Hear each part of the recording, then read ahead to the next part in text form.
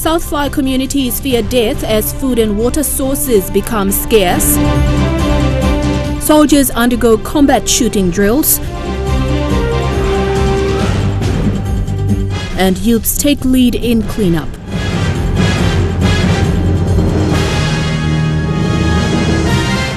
This is National EMTV News with Helen Sayer. Good evening, this is Saturday's news and thanks for joining us. A special film will be produced about survey work on PNG's forests. The film will showcase various aspects of the National Forest Inventory assessments of biophysical forest data, vegetation and biodiversity data. The film is to be produced by MTech Media and is a public diplomacy initiative of the European Union. Madang will be the first province and will feature interviews with all stakeholders involved with the forest survey, including local communities whose forests have been assessed. The initiative is backed by the PNG Forest Authority, Binatang Research Institute, the Food and Agriculture Organization and European Union.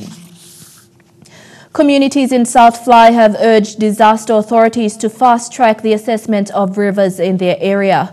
They urged Controller Dr. William Hamblin to assist as food sources become scarce and waterways remain contaminated. Many have also expressed disappointment over the government's slow response to affected communities in Western Province.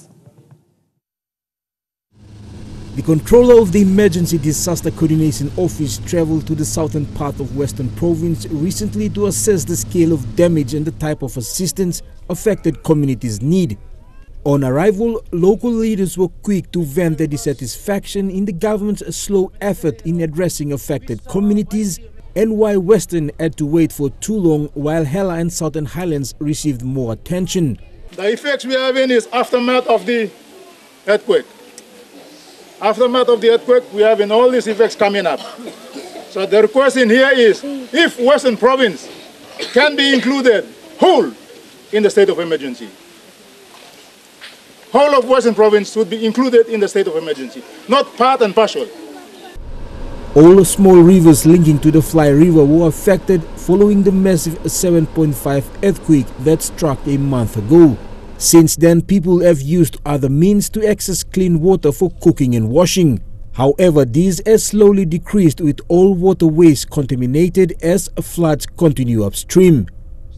Many have been left with more questions than answers. We are in fear. We are in fear. We are in fear of making sago, catching fish, and then gardening around and having bath. Yeah. Otherwise, I think our skins will go out or we might die. We hit the sago, we might die. So we're still waiting patiently for the results of those disaster committees went up with two boats. South Fly MP Seki Agisa says the recent passing of the Restoration Authority Bill will capture relief efforts, assessment on destruction cost and restoration of services. So we got a Restoration Authority in place that will monitor all these disasters that will be happening for 4 years. So that Restoration Authority will be there for 4 years. So whatever he mentioned that the 450 million will be used in that period. Controller Dr. William Hamblin told the community that assessment work is nearing its end and relief will begin soon. This will be followed by supply of medical drugs and other assistance. We're not talking about politics, we're talking about trying to do the right thing. Okay? So that's what I'm concentrating on, and I'm glad that the members are 100% behind me in this. We got a chance to achieve something. We'll get it done. Jack Lepava Jr., National EMTV News. The Papua New Guinea Nurses Association officially swore in their national executives on Thursday. The election process took a span of 6 months, with 74 candidates from around the country contesting for provincial positions as well as national. Frederick Kebai, newly elected national president, said amongst goals his team will pursue will be the creation of a chief nurse position placed in the Department of Health. Officially sworn in as president for the PNG Nursing Association, Frederick Kebai from Madang Province is a male nurse who works at Laloki Psychiatric Hospital. With over 15 years of experience in the medical field, he desires to see many changes as he goes into office. Following the swearing-in, he said that he will maintain stability and continuity of administration. Work value studies will be a priority, so nurses can be reclassed to salary grade 9 or 10. He also wants a chief nursing position to be created in the health department. One is a profession, and our nursing care standards, they are nursing care standards, and we want to provide quality patients care. And if you got a head up in the department, she will advocate for us. Fighting for the Director of Nursing Services position to be retained will be another one of his team's priorities. And I wouldn't know the policymakers at the time, they have not considered nursing as important. And in the PHA Act, the Director of Nursing Services has been degraded down to Deputy Director, which means the Deputy Director will be reporting to Director of Curative Services. Damaris Peñas, who is retaining her position as PNGNA National Treasurer, is more than positive that this team of executives will deliver. Name them, you have seen a lot of good things happening, and especially in the office, we have refurbished the office, and you have seen the signboard, and a lot of good things have come in. And Industrial Register from the Department of Labor, Helen Saliao, reminded the executives of their responsibilities to the country and association. We think of money. We forget the fact that welfare issues are paramount important.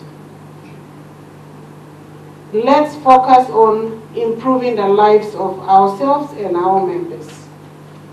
Welfare issues is priority number one. But we have to do that within the laws. Lilian Sopera Kinea, National EMTV News. Soldiers from the 1st Royal Pacific Islands Regiment are undergoing 2 separate trainings involving the accurate use of firearms. Both trainings, the combat shooting and the direct fire support, are to build the battalion's firepower capability. Commanding Officer of the 1RPIR, Lieutenant Colonel Boniface Aruma, explains the drill is to demonstrate what the soldiers have been taught.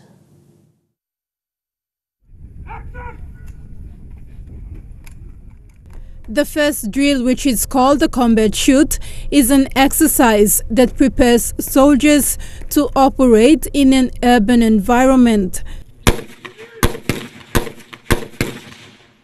Lieutenant Colonel Aruma, the commanding officer of 1RPIR, says the combat shooting is a transitional exercise from the traditional way of fighting in the jungles to a more urban setting. Combat shoot prepares the soldiers, train them to be able to operate in urban environments and maneuver and be able to use their weapons effectively. In the second drill, a group of 9 personnel are engaged in what is known as the direct fire support. This includes the setting up of a Mag 5.8 rifle on a tripod and aiming for a target between 1 to 3 kilometers. The operators are trained to set up gun line within minutes to be able to bring fire to bear on the adversary at distance ranging from 1 to 3 kilometers. In this instance, we were not able to see where the rounds were falling because we were on a flat area, but if we were on an elevated position, you'll be able to see where the rounds are hitting the targets. This company has 30 well-trained gunmen who can set up within minutes, identify and destroy the target. Now we have this qualified man who we can export to other units of the PNGDF to help set them up and have their own firepower capability as well, in particular our 2nd Battalion based in Wewak. So these guys are well trained, so they can set up a gun line within minutes and to bring effective fire onto the adversary. The fire support capability is an important element in both infantries, the 1st and 2nd Royal Pacific Islands Regiment. And for these drills, both are conducted with assistance from the Australian Defence Forces 1st Regiment.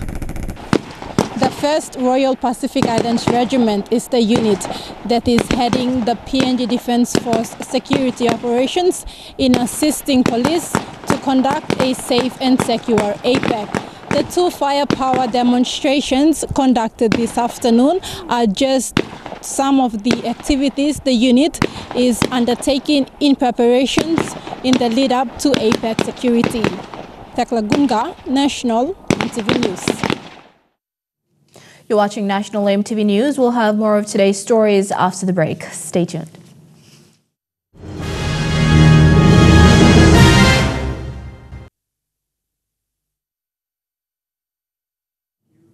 Welcome back.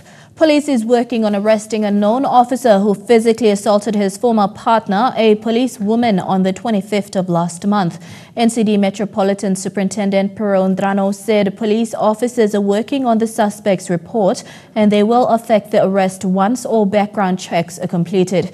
Met Ndrano told EMTV today that it is not the first time the suspect has been reported and the matter will not be taken lightly. The victim, Josie Kikoli, is still recovering from her wounds on her head and her face and has reported the matter to police. It is not known yet what object was used to attack her, but she received about 7 stitches on her head. Josie told MTV that she had left her partner because he was abusive and violent. The suspect has been threatening to shoot her for a while until he attacked her at her Morata Barracks home. Kenny Taxi Services has volunteered to collect data on safety in public spaces. This initiative is to support addressing the safety of women and girls in the city, a project by UN Women and NCDC. Kenny Taxi Services owner Wekewa says work has progressed, with most of the city being covered in the past 2 weeks.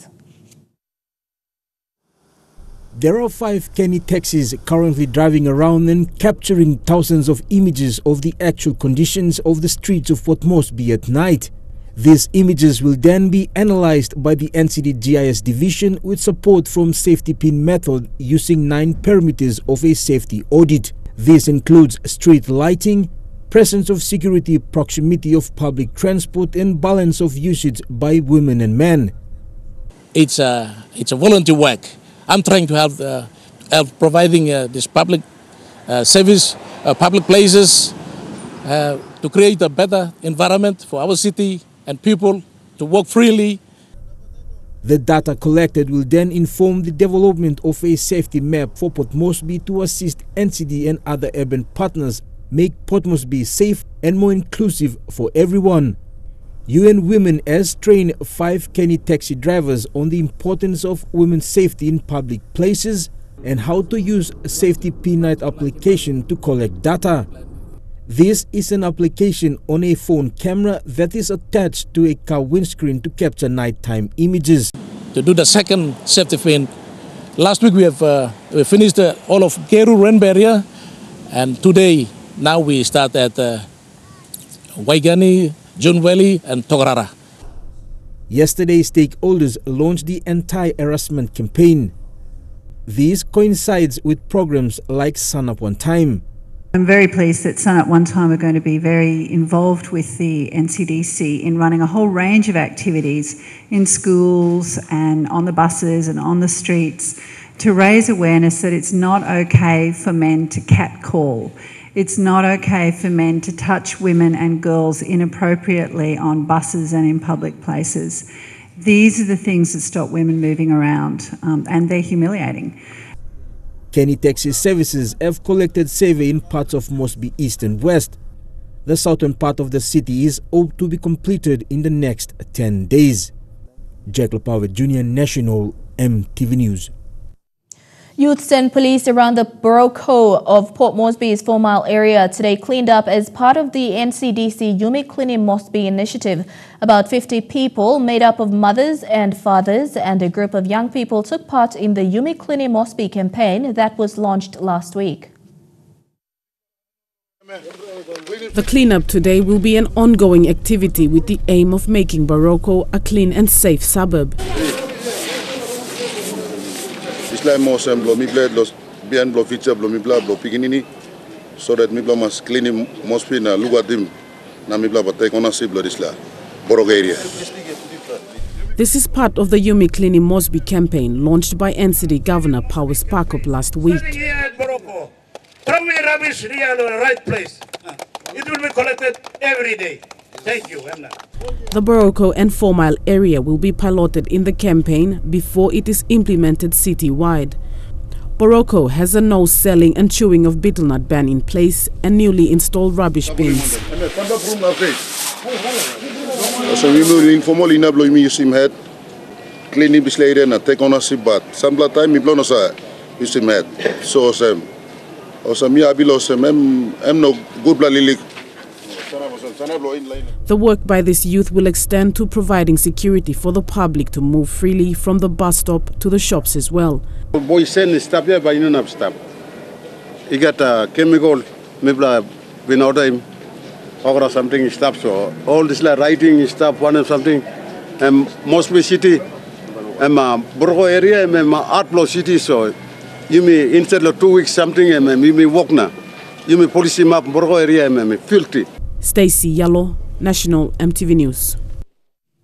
Despite the challenges of rough terrains, Kilala District in Central Province wants to build better infrastructure and support its agriculture sector. Kilala MP William Sam says rural airstrips, VSAT telecommunication and good roads will be the key infrastructure to support the district's plan to embrace agriculture. He says coffee, potato and bulb onions are the 3 cash crops to begin with. This is William Sam's second term in office. The Kilala MP says the district's geographical terrain has been a challenge for the district to improve and deliver government services. He says empowering people through the agricultural activities is crucial, but basic infrastructure must be established. We believe we are addressing the 2 issues by setting up communication infrastructure and then now going and starting to awareness and educate our people. Kilala District launched a major agriculture project in 2016 to empower communities farm the land. Communities have been tasked to work through cooperative groups so the district can easily work with them. MP Sam says it's not economic benefits or human development, but the issue of food supply during disasters can be addressed as well. So if we are able to program the planting and also teach them how to do storage, then they can be able to store some of the stuff for dry period where there's no food or stuff like that. Agriculture expert Michael Atuai has been working closely with the district to empower people and sustain their small projects. He says these will also attract Kilalas who left their communities and are in the city. As we are all aware, a lot of our people are migrating to the city basically because of the lack of financial or economical activities happening up at home. And our aim through this program now is to make home become attractive, more attractive than Port Moresby again. English potato and bulb onion are the 2 main crops introduced and has proven to be successful in high-yield production. For coffee, the district will be signing an agreement with the Coffee Industry Corporation to enhance coffee farming. We are waiting to get into the CIC MOA and then we'll get into coffee activities very soon. Coffee is already there, we just need to go into rehabilitate and new developments, new planting by setting up new nurseries. Jaglapava Jr. National EMTV News. Innovative Agro Industry PNG has been working with the Central Province Government Agriculture to deliver a maize outgrower program in the Central Province. Innovative Agro Industry Chairman Ilan Wise says the company was very happy to receive positive feedback from their first pilot group of growers. The maize purchased from local farmers will become part of the feed that is provided to Ilimo Dairy's 700-plus herd of Holstein cows. IAI PNG announced during the Department of National Planning and Monitoring Summit in late last month that plans are currently underway for the development of more dairy operations in other parts of the country. Travelling time for passengers who travel out of Bomana for school or work in Port Moresby has been cut by half. This comes after the 3-kilometre road was upgraded following MTV's reports on the bad road conditions leading to Bomana jail. Mary Ambana, a long-time resident of Bomana, says those who live closer to the jail facility are glad of the road upgrade. Similar sentiments were raised by PMV bus operators. This footage taken this afternoon shows the upgrade of the road leading to the Police and Correctional Services training colleges, the Bomana jail and the courthouse. An estimated 2,000 people use this road every day to travel into Port Moresby for school or work. This includes inmates who also travel down to the National or Supreme Courts at Waigani. So I'm a slow. I'm down there. I'm telling you the cell. I'm just walk about. Now I'm a so for a long time this road has been got potholes. And now I'm a member of John Kaba. At least I'm got concern. I'm walking this road. 2 weeks ago, MTV News ran stories on the bad road conditions. In response, local member John Kaupa announced the awarding of a 16 million kina road sealing project to Phoenix Construction. An excavator was brought in last Wednesday and upgraded the 3-kilometer road starting at the PSCS barracks all the way to the Bomana prison. Before road condition and bagarabli leaked, plus like sin 1 hour, nabat lo kamo gada lo Bomana Moris. Now me bla to thank you lo me bla creating road good run na me bla umas lo kogam. The maintaining of the road falls under the responsibility of the CS and police ministers, the Moresby Northeast MP and the NCD governor. However, over the last 15 years, there has not been any road work done to maintain the road. During the rainy season, it becomes impossible for sedans to use, and PMV bus operators complain of the high cost involved in servicing their buses. For last 3 years, I've changed the sockets about two times, and still our cars are really going down, and most of the small cars don't run on this road. Since the upgrading of the road last Wednesday, it has cut down half the time it takes to travel out of Bomana. Due to the continuous rain, the road has been deteriorating very badly, so we need to do something very fast to make sure that the general public and the CIS, the public servants, having a good road to travel. So last Wednesday, Phoenix just came and started to do the patrol grading. So I think it's all already completed out to the main gate here. So the road is good now. I think everybody's enjoying the road. Thekla Gunga, National MTV News. Telecom PNG has joined in to support PNG Fashion Week as a bronze sponsor. Yesterday, Telecom's National Retail Manager Amos Tepi presented 30,000 kina to the PNG Fashion Week organizers. Mr. Tepi expressed Telecom's commitment to giving back to the community. The PNG Fashion Week started on Wednesday this week and will end this evening when designers and clothing shops all over the country display their outfits during the Gold Show at the Sir John Guy's Stadium Indoor Complex. We'll take a look at what's making headlines overseas when we come back. Stay tuned.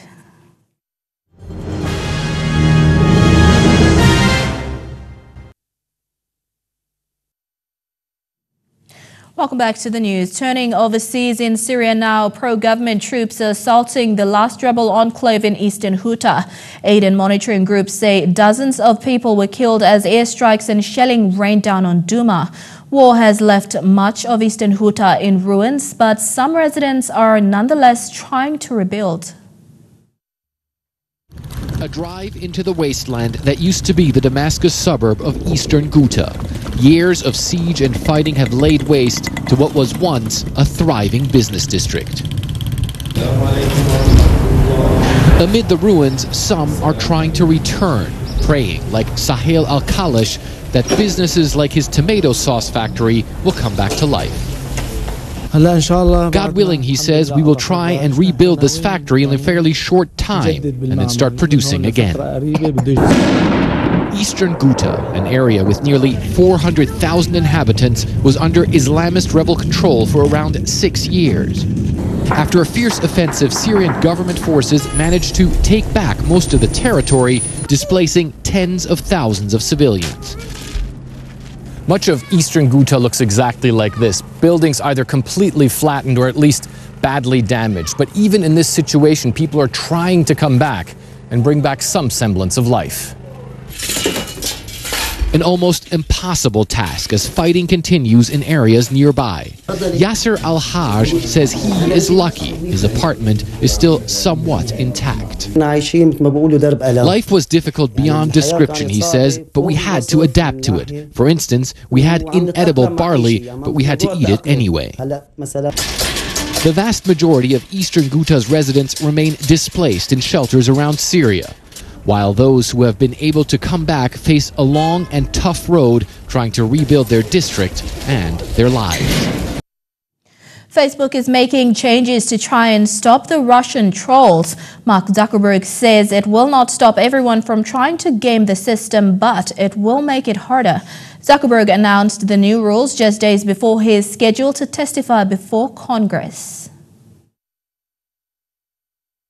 Facebook announcing a number of changes to combat election meddling. It's a push for more transparency around advertising, and the social media company will now actually begin labeling all political and issue ads. And they're also, as a part of this, going to show who paid for those ads and require anyone who wants to run a political or issue ad to verify their identity and location. So they'll have to be approved in order to do this. Now, this is an expansion from Facebook's prior moves. These measures would have applied to political ads, so ads mentioning candidates. But, this expansion also covers issue ads, which, if you think about issue ads, they cover hot-button issues that don't even mention candidates. So think gun control or education. And, as part of this, the company also announced a searchable database where users can actually see how much the ads cost and also what kinds of people advertisers are targeting. So this is all about more transparency. And one more move, which is actually pretty interesting, the company is going to start verifying the people behind pages if they have a big following. So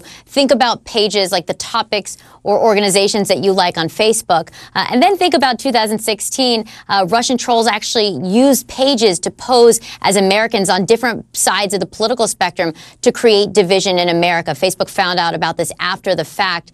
Now, this news is coming as Sheryl Sandberg made the media rounds. She was asked a lot of tough questions. One question she was asked about, will the company find more issues when it came to user data? Listen to what she said. What we weren't focused enough on was protecting, because that same data that you enable to use social experiences can also be misused. Do you think there could be other breaches like the one we saw in Cambridge Analytica, where tens of millions of people's data was accessed improperly? We're doing an investigation. We're going to do audits. And yes, we think it's possible. That's why we're doing the audit. And all of this is coming before a monumental week for Facebook. The CEO, Mark Zuckerberg, will be testifying before Congress on Tuesday and Wednesday. You'll have lawmakers posing very challenging questions to Mark about the company's use of data in light of the Cambridge Analytica scandal and everything that's come out, and also the weaponization of the platform for political purposes. In New Zealand, a survey for consumers shows renters get a raw deal from property managers have found leasing agents were failing to address issues like molds, damp, poor insulation and pests. The survey shows that tenants run into far more problems with property managers than if they just deal with landlords directly. Consumer says tenants struggle more with a property manager than a landlord. Properties that were damp, had poor insulation and had problems with persistent mould. We also found tenants who dealt with the property manager were more likely to have to put up with delays in getting repairs done. Their requests for repairs to the property manager would often go unanswered. The problem, letting agents are unregulated. Anyone can set up shop as a property manager, no qualifications required, and consumers are bearing the costs of an unregulated industry. Tenants complained that managers would sometimes turn up unannounced. They'd impose unfair fees. They'd give misleading information about the property and often promise to make repairs, but never did. Groups working with tenants say many fear eviction if they complain to a property manager. Even if it's minor, they say property managers use it as an excuse to give 90 days notice of eviction. I don't think they act professionally, and a lot of them don't know the Residential Tenancies Act, and this report is interesting that they should be regulated. I think they should actually be not just regulated but tested. They should have to sit exams that they have to pass to be one. Barfoot and Thompson manages 15,000 properties and says its own surveys show tenants are mostly happy, but also favours regulating letting agents simply to get rid of the cowboys. And if the property manager doesn't really care or is not experienced or doesn't know the ins and outs, then it's not really fair for the tenant. The government's currently reviewing the Residential Tenancies Act, and Consumer says a priority should be to give tenants security of tenure. You're with Saturday's news. Trukai Sports is up next. Don't go away.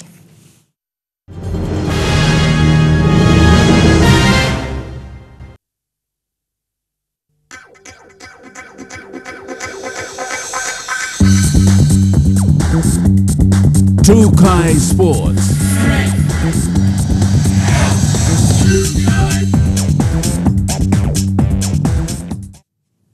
Welcome to Trukai Sports. The PNG Touch Rugby team will be named after this weekend's National Championships. Players will be selected from the tournament and will prepare for the Touch Rugby World Cup next year in Malaysia. So over the next 3 days, we've got the selection panel of our national coaches that will be looking at finalising the team for next year's Malaysia World Cup in April. And then we have Team PNG for the Pacific Games in Samoa. So 1 week after the national championships, the announcement of the final team for the Masters will be announced. Day 2 of the PNG National Touch Rugby Championships ended today in Port Moresby. Matches started as early as 9 a.m. this morning and were played at the Sir John Guise Stadium. At the end of Day 2, some teams have shown promising signs of making it to the finals. Defending champions Centre have secured first place in the Open Men's Division after topping the group after round 5. CTPM1 have also topped first place in the Open Men's Group 2, followed by Centre 2 and Manus. CTPM1 has again proved dominant in the Women's Division, topping their group followed by Brisbane Maganis in second place. While in the Open Mixed Division, Centre topped Group 1, while Oro finished first in Group 2. The finals will be held tomorrow at the Sir John Guise Stadium and is set to kick off at 10 a.m. Larger Levette, National EMTV Sports.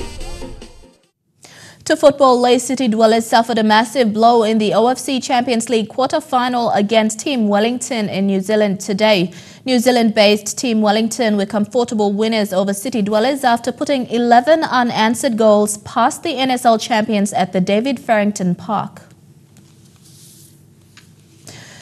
To some Commonwealth Games updates, Josh Torreira finished 4th in the men's 50-metre butterfly just outside of the top 3, clocking a time of 27.43 seconds. While in Heat 1, Ashley Sito came in 6th placing and Samuel Sagers finished 8th in Heat 4. Leonard Kalate swam his best in the Heat 1 of the men's 200-metre breaststroke, finishing 8th place in a time of 2 minutes 30 seconds. 2:09.74, Wall second and Benson in third.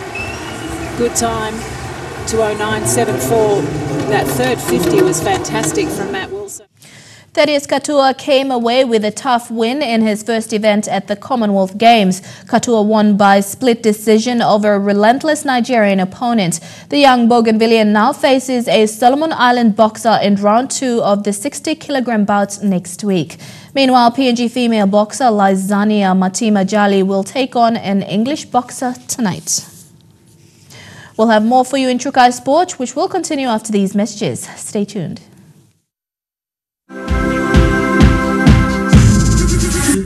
Trukai Sports. Welcome back to Trukai Sports. Football Federation PNG's President John Capinato welcomed the decision by David Chung to step down from his position of President of the Oceania Football Confederation yesterday. Mr. Capinato said in a press conference today that since Chung had taken office, the level of football in PNG had declined. Mr. Chung cited personal reasons for his decision, but Mr. Kapinato says Chung's decision follows a series of allegations of financial discrepancies in the OFC.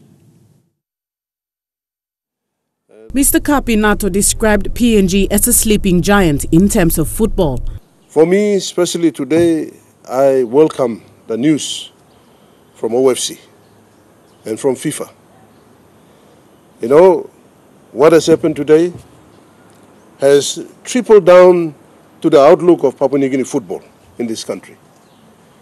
We see only 6 members of football trying to operate in this nation. They are not running their soccer. It is AWOL. We see administration not functioning. Classical example, we see the National Soccer League, the competition that I started it some 10 years ago, 11 years ago. And seeing this establishment of that semi-professional competition that's supposed to rise. This morning, an article released by New York Times revealed that Chung has resigned from growing pressure to step down after an audit conducted on behalf of FIFA. When leaders are not running things well, we will have problem in our association, trickle down to our local members. Nothing is happening. You know, I call on to the executive of Papua New Guinea football. Let's not hide behind the scene. We have to come out now and say, enough is enough. For Mr. Kapinato, I want football to reconcile. I want soccer to come back together.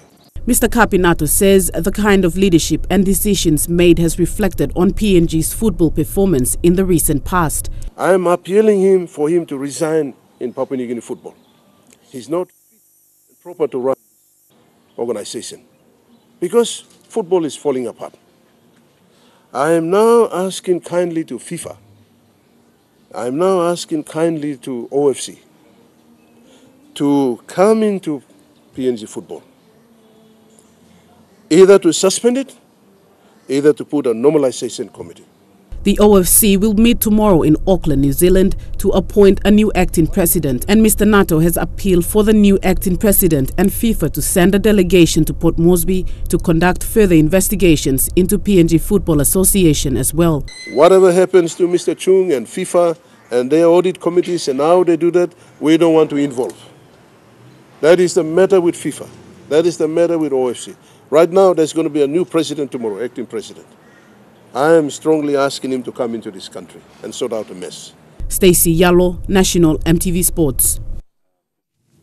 After a series of plot twists befitting a Broadway production, the UFC had hoped to bring clarity to its disorderly lightweight division with the UFC's 223 fight card in Brooklyn, but it will be overshadowed by one man not on it, Conor McGregor. The Irish fighter gatecrashed media day on Thursday and caused chaos with his entourage when he attacked a bus ferrying fighters in the venue's loading bay, an assault that led to injuries to some of those aboard the vehicle. McGregor appeared in court in New York on Friday, charged with assault and criminal mischief. Fighters Michael Chiesa and Ray Borge were pulled from the card by the New York State Athletic Commission after sustaining injuries, and McGregor's stablemate Artem Lobov was kicked off the bill for his part in the chaos. This thing's so crazy. You know, he's being arraigned right now and dealing with what he has to deal with. We're dealing with this fight. Next week, we're going to go home and figure out how this whole thing plays out. You know, it's a very unique situation that we're in. It's never happened in almost 20 years of doing this. So we'll see. In another twist, lightweight challenger Max Holloway was declared medically unfit to fight Khabib Nurmagomedov by NYSAC as he struggled to shed weight and make the 155-pound limit. He was replaced by American Al Iaquinta in the title match.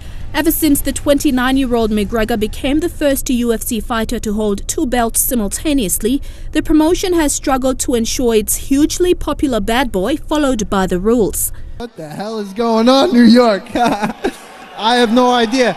This is what it's all about. You get the opportunity, you seize the moment. This is what I'm about. Let's go. McGregor was charged with 3 counts of assault and 1 count of criminal mischief following the fracas at Brooklyn's Barclays Center on Thursday evening. A video of the incident widely circulated on social media appears to show the Irish-born McGregor and his entourage using a metal barricade and other objects to smash windows on a bus filled with fighters departing from the event. And you know, this week they asked me fight with 5 different guys. I say, I'm tired about this. If you can bring King Kong and he can make 155, let's go. McGregor was silent as he left the court building to jeers from onlookers. The sports' best-known athlete and an international star appeared before the judge in a blue long-sleeved golf shirt that hid his elaborate tattoos. He spent the previous night in custody after surrendering at a police station. To Canada, where police are saying that 14 people were killed when a bus carrying a junior men's hockey team and a semi-truck collided. This happened in the western province of Saskatchewan as the Humboldt Broncos, the players in their late teens, were heading to a playoff match. Were sent to hospital. Witnesses say some were airlifted. A team statement said the organization experienced an incredible tragedy. The Broncos bus was involved in a terrible accident which has resulted in multiple fatalities and serious injuries. Canadian Prime Minister Justin Trudeau tweeted his condolences. I cannot imagine what these parents are going through, and my heart goes out to everyone affected by this terrible tragedy. And that's a wrap for True Kai Sports tonight. Up next, your weather details for the next 24 hours. True Kai Sports.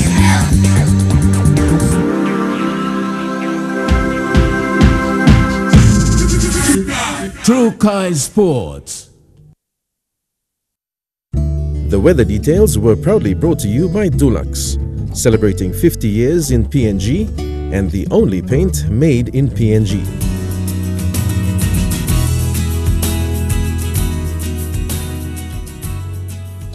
Now looking at the weather forecast for tonight and tomorrow in the southern region. Chance of evening thunderstorm in Port Moresby, a shower or 2 in Daru, Kerema and Popondetta, and a few showers in Alotau.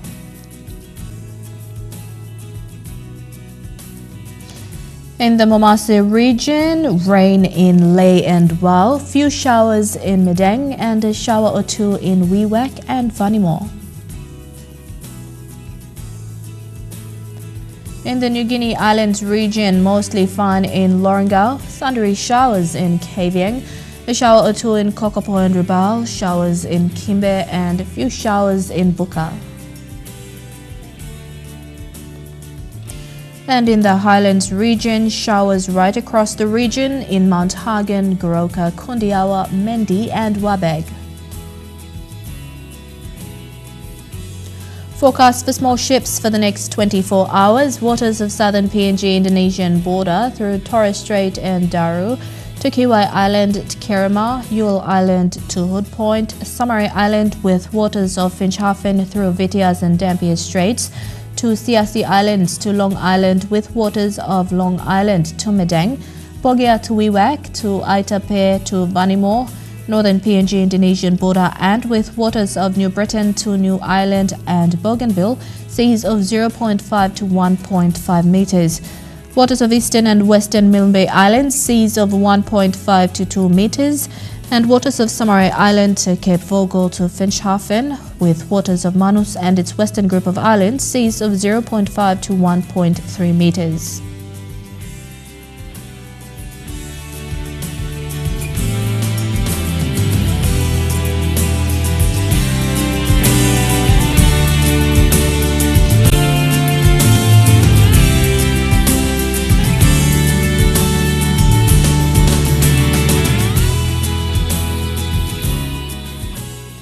Ocean forecast for PNG areas in the Coral Sea, seas moderate with northwest winds at 15 to 20 knots. In the Solomon Sea, seas light to moderate with northwest winds at 10 to 20 knots. In the Bismarck Sea, seas slight to moderate with northwest winds at 10 to 20 knots. And in the Pacific Ocean, seas slight with northeast to northwest winds at 10 to 15 knots.